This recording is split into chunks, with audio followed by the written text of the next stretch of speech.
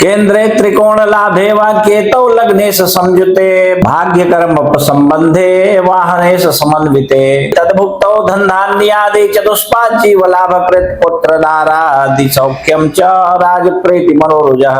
तो मित्रों, यहाँ पे महर्षि पराशर जो है 61वें अध्याय का आरंभ करते हैं। बृहद पराशर होरा शास्त्रम के 61वें अध्याय में हम प्रवेश कर चुके हैं, जिसमें केतु की महादशा में बाकी सारे ग्रहों की अंतरदशाओं का वर्णन महर्षि पराशर ने किया है।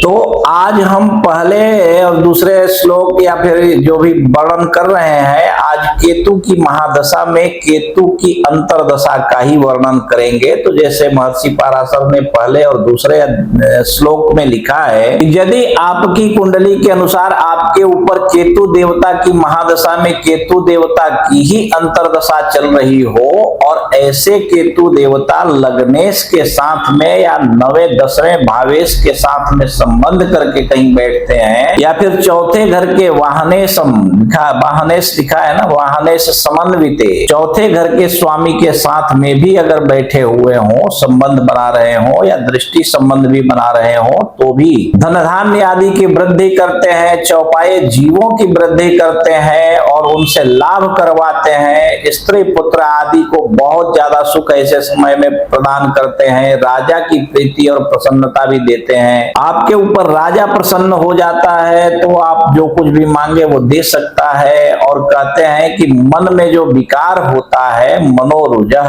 है ना, आपके मन में विकार जो है वो बना रहता है। और तीसरे श्लोक के पहले लाइन में कहते हैं कि ग्राम भूम्यादि लाभश्च गृहे गोधन संकुलम, अर्थात जायदाद की वृद्धि भी करवाते हैं और स्थानीय अधिकार प्रदान करते हैं, जिसमें सरपंच गांव का बन जाना या फिर ग्राम प्रधान बन जाना, इस तरह के अधिकार को दिलाते हैं। और घर में गोधन की वृद्धि निरंतर होते रहती है, जिससे खाने पीने, दूध दही मलाई आदि का एकदम बहुत सुविधा रहता है ऐसे समय में। तो केतु देवता बहुत ही अच्छा फल देते हैं। यदि आप अपनी कुंडली देख रहे हैं और आपकी कुंडली में केतु देवता की महादशा में केतु देवता की ही अंतरदशा चल रही हो और ऐसे केतु देवता आपकी कुंडली का जो लग्नेश हो उसके साथ में किसी भी प्रकार के संबंध बना रहे हो, या फिर भाग्येश और कर्मेश या चतुर्थेश के साथ में भी किसी भी प्रकार का संबंध यदि केतु देवता का हो या बन रहा हो, तो ये केतु देवता बहुत ही अच्छा फल देते हैं, बहुत ही शुभ फल देते हैं और दुनिया के सारे सुख सुविधाओं से आपको भर देते हैं। राजा से भी आपकी मित्रता हो जाती है या राज्य सरकारों से आपको फेवर प्राप्त होता है, जिससे बड़े बड़े कॉन्ट्रैक्ट आदि आपको मिलने के योग बन जाते हैं। जायदाद की वृद्धि, जमीन की वृद्धि, धन की वृद्धि और स्थानीय